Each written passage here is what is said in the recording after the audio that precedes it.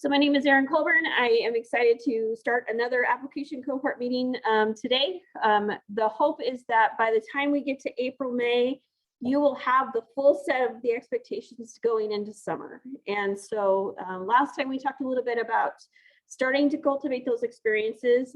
I kind of suggested a target of 15 different experiences that you want to talk about on your application. I realize that could be kind of hard to do. I think some students feel like, oh, I only have like 10, Erin, am I done? And it's like, well, let's talk about those 10 and see if we can create some other ones. Sometimes you might feel like, oh gosh, you know, I have so many here and I don't even know what to do with myself. And we can find ways to kind of categorize those. So as you start to work on some of these things that we talk about today, you're more than welcome to set up an advising appointment with me. We do 30-minute appointments. Unfortunately, during registration, I'm already hitting that kind of time zone of when I have availability. If you think you can talk about some of those things in 30 minutes, you can certainly set up an appointment. We do try and delegate those to registration, but I am around. So if you want me to read something, I usually ask you to give me about a week to read it. So, but you can start starting to draft some things. We did have our personal statement workshop on February 1st, and that is in the cohort email as well. You might want to start working on your personal statement as you get through some of this stuff. And then next Tuesday afternoon from 3 to 4:30, we are hosting our interview preparation workshop. This could be a great opportunity for you to get some information. If you remember, I talked a little bit about Casper and situational judgment tests that often are situational. We are covering some of that in that interview preparation workshop. So if you can attend, please try and request a recording. You should be receiving an email tomorrow, just as a reminder when that is. And then we are hosting MMI. So MMI stands for multiple mini interview, and many professions, whether you're going to medical school, dental school, do mini medical interviews. And so what we've tried to do is do a mock interview every semester where you get a chance to actually practice. And you can actually be a student observer if you don't feel you're ready to actually do that practice or put that into play. We would suggest that you participate as either a student observer or an interviewee.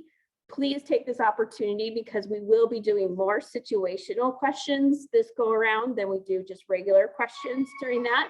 And that's partly because we want to make sure, we want to make sure that you get the opportunity to practice being in situations, because that is what a lot of those Casper tests are like. April 5th, so save the date. It's in the evening. There are 2 sessions. One runs from 5 to 6:30 and the other one runs from 6:30 to 8. And so you can participate as a student observer or you can participate as an actual interviewee. Either is fine. We're not going to hold it again, we're not going to hold anybody to any specific one, but it's a great opportunity to learn a lot from each other. All right. So we're in the middle. We're almost to the middle of the semester, right? How many of you are like, oh, I need spring break? Yeah, I bet. And how many of you are taking care of yourself and thinking about self-help? How many of you get up in the morning and maybe take a deep breath and do some stretches and things like that? Probably none of you. I know. Well, did you know you can do something simple in 3 minutes? So maybe you do it before you go to the bathroom, or you do it after you go to the bathroom. I know I have to go to the bathroom first thing in the morning, and then I can start doing some things. I'm a coffee drinker, which is probably not the best thing to caffeinate myself, but there's a sign on my wall in my kitchen that says no talkie till I've had coffee. Okay, and that's kind of what this is like. So what I'd like to do first and foremost today is give you something that's simple, something that is important. I think that I didn't really believe. I was like, what's this hocus pocus stuff? Like, I'm not into like that kind of crazy voodoo thing. What are you telling me? And then we started doing it. We meaning, so our group, our advising team, before we start our orientation session where we might have like 100 people coming in and we might be very intense and stressed out because there's lots going on. We do this. We did this 3-minute intention setting. It's very simple. And we think about what we're grateful for, and we think about what we want to pursue. And so while we're doing this 3-minute meditation state of intention setting, I want you to think about what you want to get out of this application cohort today. Okay, so like set an intention of I'm going to be positive about my experiences or whatever it might be. So let me know, folks, if in the Zoom room, if you can't hear it. Okay, if you can't hear it, I will send you the link. In fact, if you want, as long as you have your mute on when you're watching it, I'll put it in the chat anyway. Okay, so we're going to take this next 3 minutes.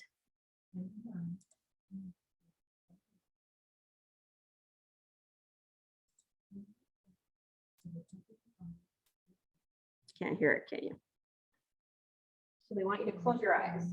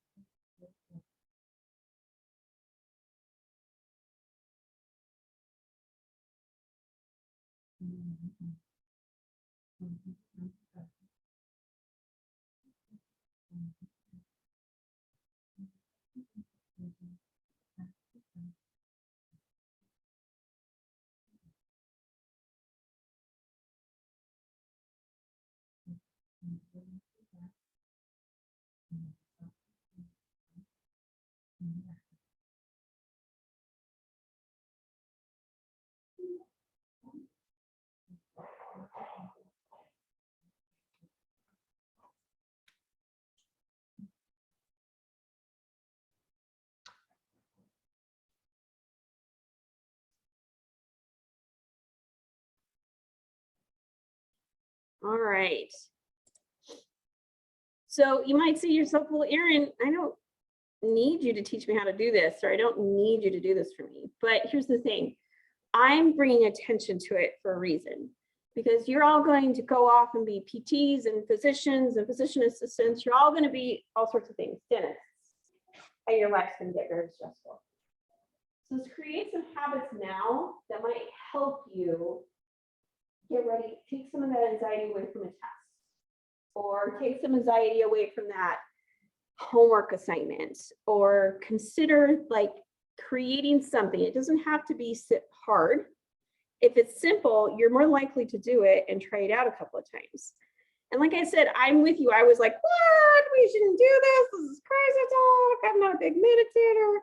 But every single time my team has done it together and chosen something in our thought process, we're by far more relaxed. We're ready to get up and go. And it's way cool because then it like helps you focus. Okay. All right. So experiences. Why do we have to have these on our application? Well, they help you draw a picture with words. They help you tell an admissions committee, I am more than just my grades. I am more than a test score. I am this person. I'm Cassie. I'm Andrew. I know I am Reese. And I'm Skylar, and I'm Zara, and I'm Sydney. Okay. They help us do that. But if we don't do it well, it's not very effective at all. Because, so let's say Andrew lists out 5 activities. He's a CNA, he's I'm just throwing some ideas. A research assistant, he's a member, officer of the Future Physicians Club. He is a volunteer for hospice. And Cassie says the exact same things. I did all these things. You are exactly the same. You're not different. But how you say those things, like I'm a hospice volunteer for Hearts and Home Hospice, and I care for patients, and I learned this about interacting with patients. Andrew might say something completely different. That's what sets you apart. It has nothing to do with the amount of experiences or what those experiences are. So we've been talking about these categories to help you. But the work activity section of any application, whether you're applying to PT school, PA school, med school, dental school, doesn't matter. They're going to look at your work experience. When they say work experience, it doesn't have to be patient related only. It can be any work, okay? Extracurricular activities, things that you like to do for hobbies and fun, okay? Things that you like for dentistry, they often ask about dexterity. Like, do you know how to knit? Or do you know how to crochet? Do you know how to paint? Do you know how to fly tie? Because dentists a lot of times use their hands. So when you're thinking about this, these are the categories that are typical. Volunteer and community service is always highlighted. Leadership and mentorship is always highlighted. Research, patient exposure, observation, hobbies and fun, and work that you don't feel relates. It's my favorite, Dutch Brothers. Doesn't relate to medicine. Yes, it does. Okay. So we're going to go through a couple of these. So just to kind of hit on some things, a COMAS stands for the DO application, and a AMCAS stands for the MD application. They're 2 separate applications. They have similarities and differences. AMCAS goes very, very lengthy. They have so many different categories you can choose from. A COMAS is a little bit more refined. And in other words, like they have a broader sense of the topics. But you will be able to choose as you pick your experiences, non-healthcare related volunteer or community service, healthcare experience, research, or volunteer. So those ones are the same across, okay? And so what you would do is volunteerism could be pretty broad. It can be healthcare related volunteerism, or it could be non-healthcare related volunteerism. It could be research. It could be all of those things.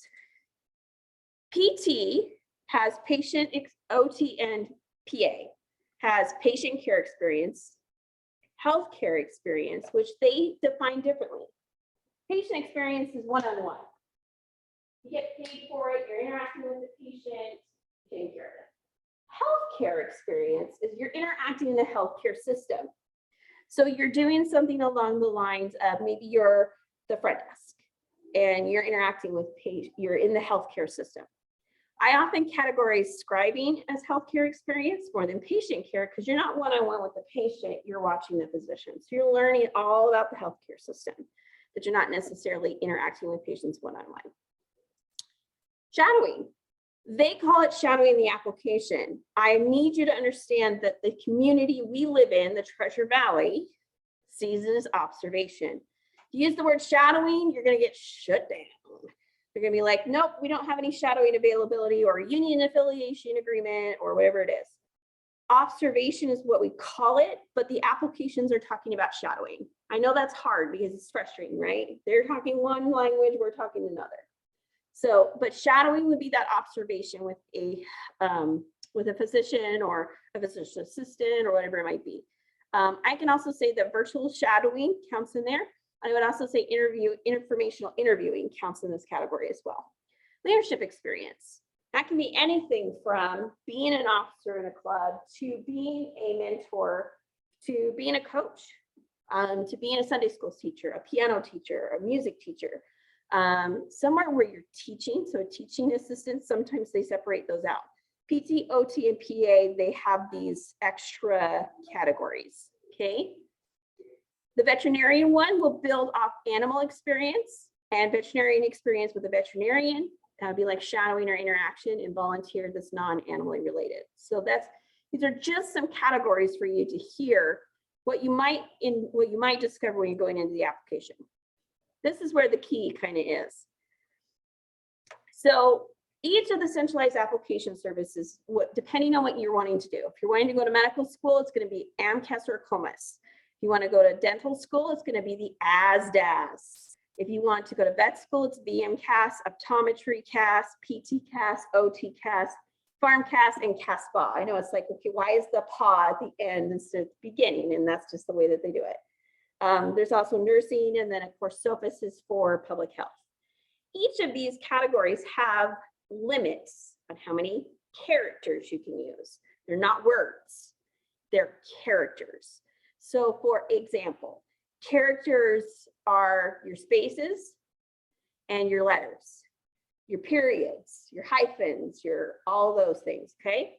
So AMCAS allows 700 characters with spaces for 15 experiences. And on AMCAS, you get to do 3 most meaningful. So you pick your 15, you lay them all out, and then you say, this one, and this one are my most meaningful. And a new pocket where you can type more is in there. So 1325 for most meaningful. The other application, so a COMAS has unlimited experiences, but only 600 characters. Same with ASDAS. In the room, I think I have a med. Skylar, can you help me remember what area you're interested in? Yeah, I'm interested in going into occupational therapy. So they have 600 characters with spaces, and I believe your experiences are unlimited. So your description, and I hate calling it a description because I don't want you to think of it that way. It's not description, it's a reflection of that description. So it's a mixture of both, okay? So OTCAS is 600, Zara Med would be 700 or 600, depending on which one. So there's lots of strategies you can use to building these. Here's what I would say. Go for description first. Describe your experience as much as you can, then go back, reflect about what you described, and then start to whittle away that description and build that reflection built in better and get yourself to a 600. So it's okay to have more, because then you can always bring it down, right? Then you can always pull it back, okay? But hopefully this chart is helpful for any of you looking at, okay, what programs am I wanting to look at and what are my expectations, okay? So we're gonna do something. We're gonna do it together. So I want you to get a piece of paper out or something to type on, and we're gonna take 5 minutes. And we are going to pick an activity. Pick something. Pick something you've done. Pick an activity and experience. If you've been doing what I've been asking to write every day, just pick one. Pick one that happened today. Pick one that happened last week. Pick something. It could be a volunteer activity. It could be a research activity. It could be a leadership activity. Doesn't matter to me. It could be a hobby. Who was it that you did it with? What was it? When was it? Where did it happen? And what happened? Draw me a picture with words. Okay, so just describe. So you get 5 minutes to describe. So we're going to take that description, that thing that you just did, and I'm going to put 3 of you in a breakout room and give you each about 1 minute and 30 seconds to tell them what you wrote, like summarize, describe it, okay, to each other about your experience. And so I've opened the breakout room for Allie, Courtney, and Zara. Skylar, you said you had to head out, so I didn't put you in a room. You three get the opportunity to do the same thing. So I want you guys to turn to each other and say, oh, somebody choose. And you need to describe what you wrote. All right, we'll wait for everybody to get back from the breakout. And it worked out anyway, Skylar, because we had 3 in the other room and 3 in this room. So you know, at the end of the day, it's all good. So. While we're waiting for them, they got 15 seconds or they have to come back. I'm going to set it for a much shorter time for them to have to be in that, allowed to be in that room after I close it. Okay. All right. So you should be coming back. You should have had a chance to describe what you wrote about. Okay. So it was same activity. Now we're going to take it one step further. So now I want you to go back and look at that description and ask yourself, why? Why is this important? Why did I remember it? Why did it come up? Why do I care about it? What is important to me about being whatever it was I chose to be? Why should a professional school see it? Why do you think it's important? The key is, what did you learn? Cassie was already on it. She's like, I learned. It's like, that's the next piece. So I don't want description here. You already did that. That's done. You have described it. Don't tell me about the description anymore. Tell me what you learned. Tell me why it's valuable. Tell me what you might do with it next. So you get 5 minutes to do that. Okay. And then I'm going to put you back in the breakout rooms and you're going to tell us about that reflection. Okay. But 5 minutes. So I will set the timer. All right. Should have one more. Yep. All right, everybody. So you should have had a chance to now talk to each other, and you've heard a description, right? And there's nothing wrong with that description. And you've heard a reflection, and there's nothing wrong with those things. But here's the bottom line. Your personal statement, the statement about you, is going to express who you are and spotlight who you are. If I was doing an equation, 80% of it should be reflective. And 20% of it should be descriptive. And the same goes for each of these experiences. You get 600 to 700 characters with spaces to tell them about it. And so what I want you to do now is use the next 5 minutes to combine these ideas into a summary paragraph. Okay, so Skylar, you had your hand up. Yeah, just a quick question. Do you get 600 characters per experience or like Yep. total? Oh, okay. 600 characters with spaces for each experience. So you have volunteering at hospice. You have the other, you get 600 characters with spaces, or 700, depending on which program you're applying to. So what we're going to do is, for the next 5 minutes, I want you to think about your description of that experience and your reflection. I want you to build it together, combine those two ideas. Remembering what I said, 80% of it's reflective. So, and instead of doing bullet line point, I learned, do, okay, this was my experience, and shorten that description. Make it brief, right? Like, get us to the point. Yes, Allie. I'm just wondering, for us that are applying to both AMCAS and like the DO one, if you would recommend just aiming for the 600, like the lower mark, so we could use it for both, or if we would have to write 2 separate ones about the same experience. You can, but you could see if there's like room for another extra sentence that you want to expand on. So I always tell students to go big and then bring it down, right? Okay. If you could take out a sentence that maybe isn't as useful for the ACOMAS one, you could do that. Sounds good. Thank you. Okay, so 5 minutes. We got 4 minutes now. 4 minutes. All right. Was that hard?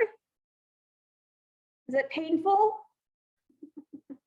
It was probably easier to do the description, not so much the reflection part, right?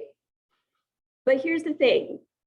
If you can do it right now, if you could spend 30 minutes, and now I had discussions in between because I wanted you to get it out verbally, because that's my experience with this. Sometimes when we write, we hear one thing and in our head, and we see a whole other thing later. So verbally sharing it with each other can be really helpful. I really want to encourage you to think about peer-to-peer conversations. writing something up, getting something combined, maybe you do the description and maybe you do the reflection, and then you put the two together. And then you go and you talk to your fellow people who are in the same position you are, who are applying to. Hi, there's already 6 people in this room right now that are all applying to something, okay? And you probably have classes with each other and didn't even know it, okay? So peer-to-peer is huge. Talk to somebody about it, talk it out with somebody. You might pull something out of your head that you're like, oh, I wish I would have said that. I need to write that down. Sometimes some of the best stuff comes between me and Shannon. I'll be chit-chatting about something. I'll have this great idea and I'll go, oh, wait, what if we did da, da, da, da. And she'll be like, that's genius. It's the same thing with this. Like, you tell somebody about an experience. Like, for example, I'm just going to pick on Andrew just a little bit, only because you told us about something that you didn't feel was very valuable for your application. And I disagree. And I know I can make connections with everything that you're saying that, granted, it's not the hugest part of who you are, but it's certainly something that could play into your personal statement and your determination and your goals. So talk to other people about this. Get support from your other folks, your family members, your friends, your advisors. Shannon and I have no problem with you coming in and spitballing with us. So maybe if you write stuff out and you want to bring it in, and we're not going to tear you apart. We're going to help you. We're going to help you mold that thing into a very qualifying statement. If you did this activity, description for a few minutes, reflection for a few minutes, combine the ideas together, you could do this for every single one of your activities. And I recommend that. I mean, it's easy for us to describe, and it can be really, really, you can get into that describing mode and it can go crazy, and that's okay. But then you can scale it back and pull the best parts of that description into the picture. Do make multiple drafts. It's just like your personal statement. You're going to draft it after draft, after draft, after draft. You don't have to have as many people maybe read your experiences, especially if you've got a good solid personal statement. That's the other thing. These experience writings can create venues for your personal statement to pop up. I had one student who was writing all of his experiences out first, and boom, all of a sudden he was like, oh, that needs to be my personal statement. And so he abbreviated it, he shortened it or changed the story in his experiences, and then he shifted over to his personal statement and went crazy with it. And that is a great thing to do. So oftentimes our experience is like, oh, I wrote about working out, and maybe working out is a big part. I had a student who wrote about CrossFit. Like, CrossFit was their life. They lived by it. They did it all the time. I had another student who was a pro bass fisherman, of all things. Pro bass fisherman, wants to go to medical school. I had a student who was an avid writer, liked to write, tell stories, did creative writing contests. That became a part of her personal statement. So, and that was an OT. So there's so many different ways you can take your personal statement, but these experiences, this writing that I'm expecting you to start now, is important, because it's 80% of your application is writing these experiences and writing your personal statement. And it is your only way to paint that picture for them. Your grades are going to tell a story, your test scores are going to tell a story, but these experiences are going to tell a story too. Okay?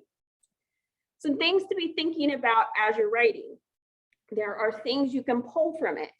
These competencies are across professions, where you're applying to OT school, PT school, PA school, or medical school. It doesn't matter. You're going to need to be service oriented. You're going to need social skills and cultural competency. You're going to need to be good at teamwork and good communication skills. And this is a way you orchestrate those good communication skills in writing. You'll get a chance to do that in interviewing. You can also talk about these kinds of things in these statements you're making about each of your experiences. Ethical responsibility to self and others. Andrew, that would be one of those that tied to yours. Cassie, yours could be leadership and professionalism. Reeves, yours could be communication and reliability. It could be resiliency and adaptability when we make mistakes, right? Capacity for improvement.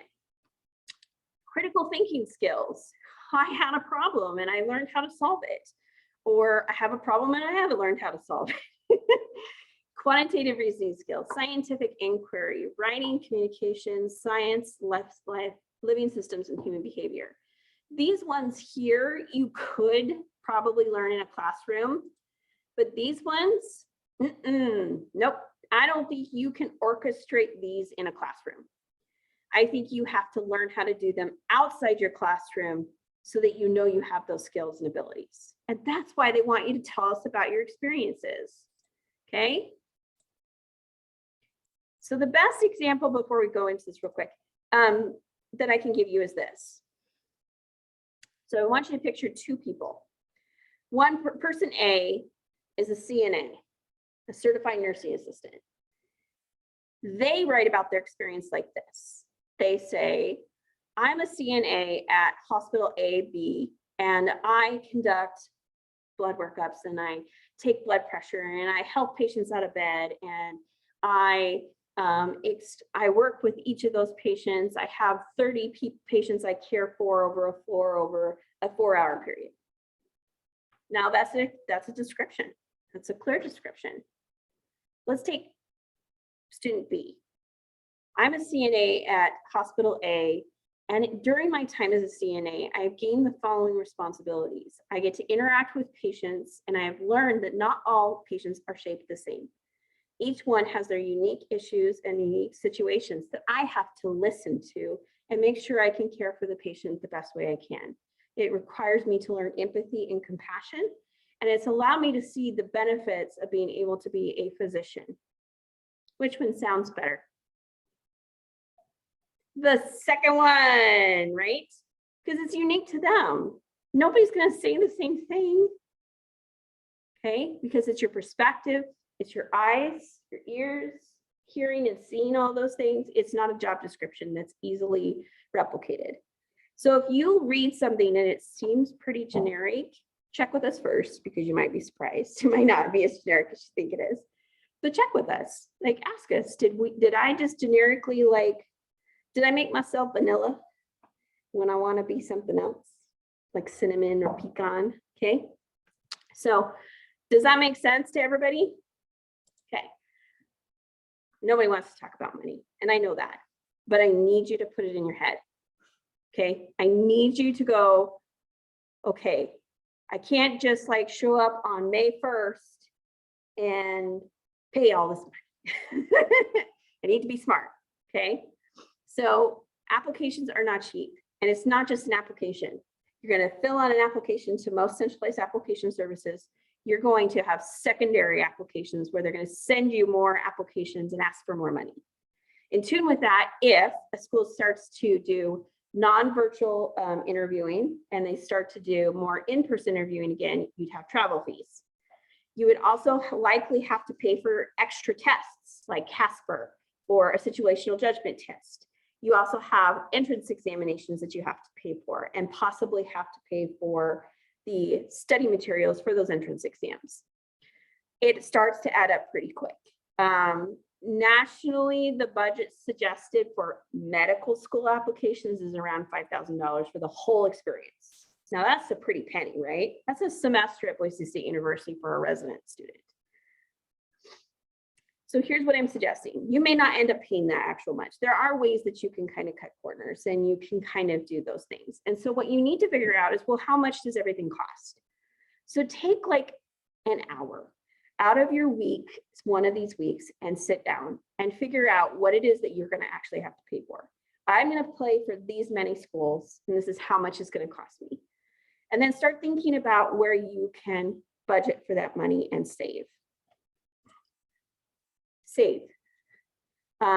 So I make my kids clean their rooms and I actually give them money for it. They don't get an allowance, but I give them money. I say, okay, you clean your room, you vacuum, you pick up all your garbage and you move all of your laundry to the laundry room, you get $3.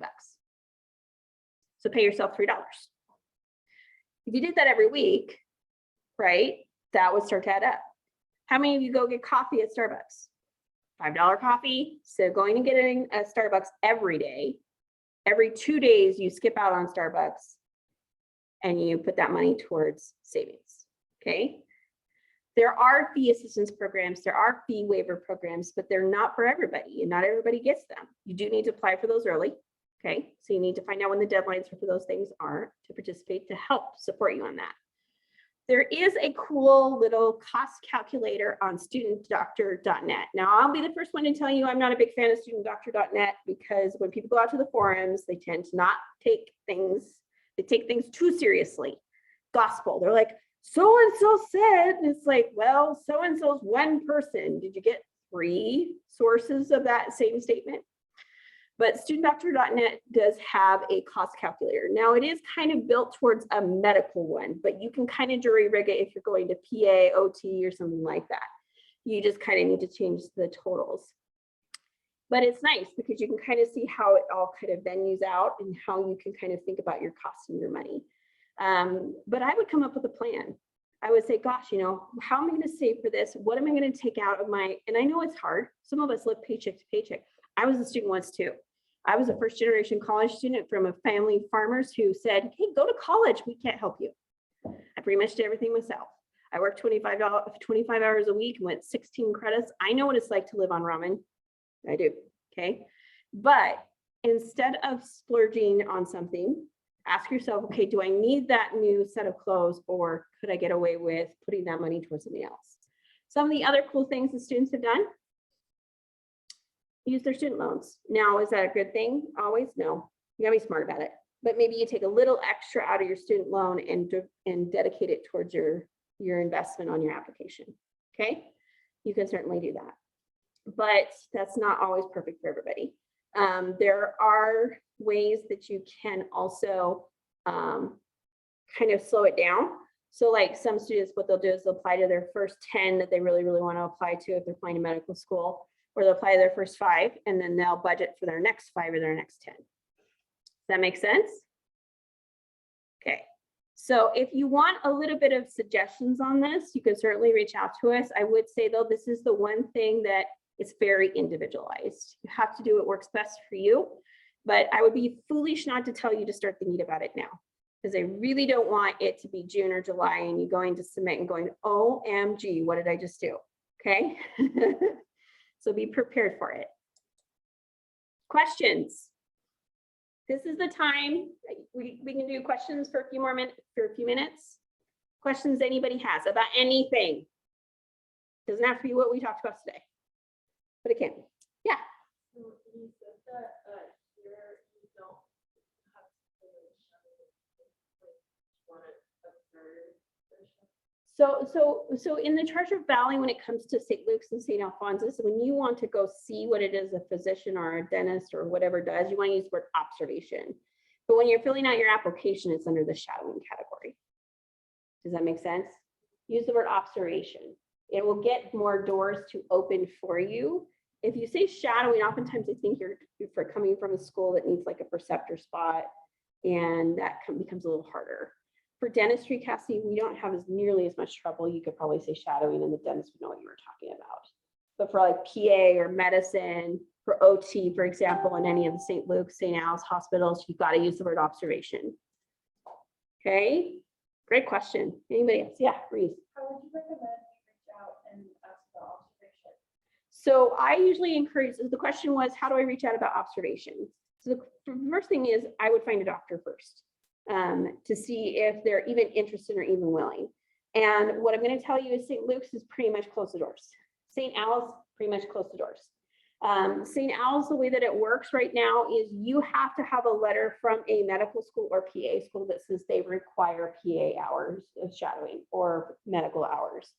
And unfortunately, medical schools know this is going on and this is a problem, so they've loosened their requirements.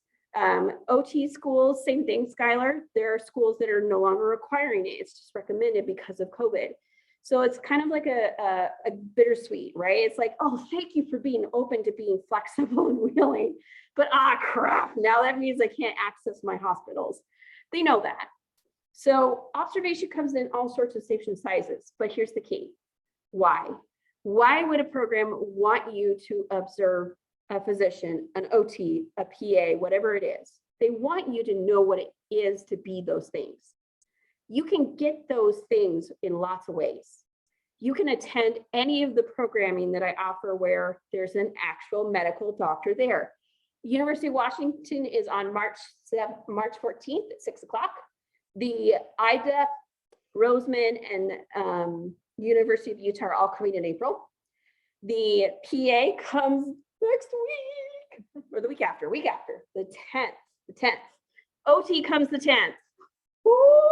I got University of Mary coming for OT. I've got all sorts, and they are bringing individuals who are either students who are doing it that you can ask questions.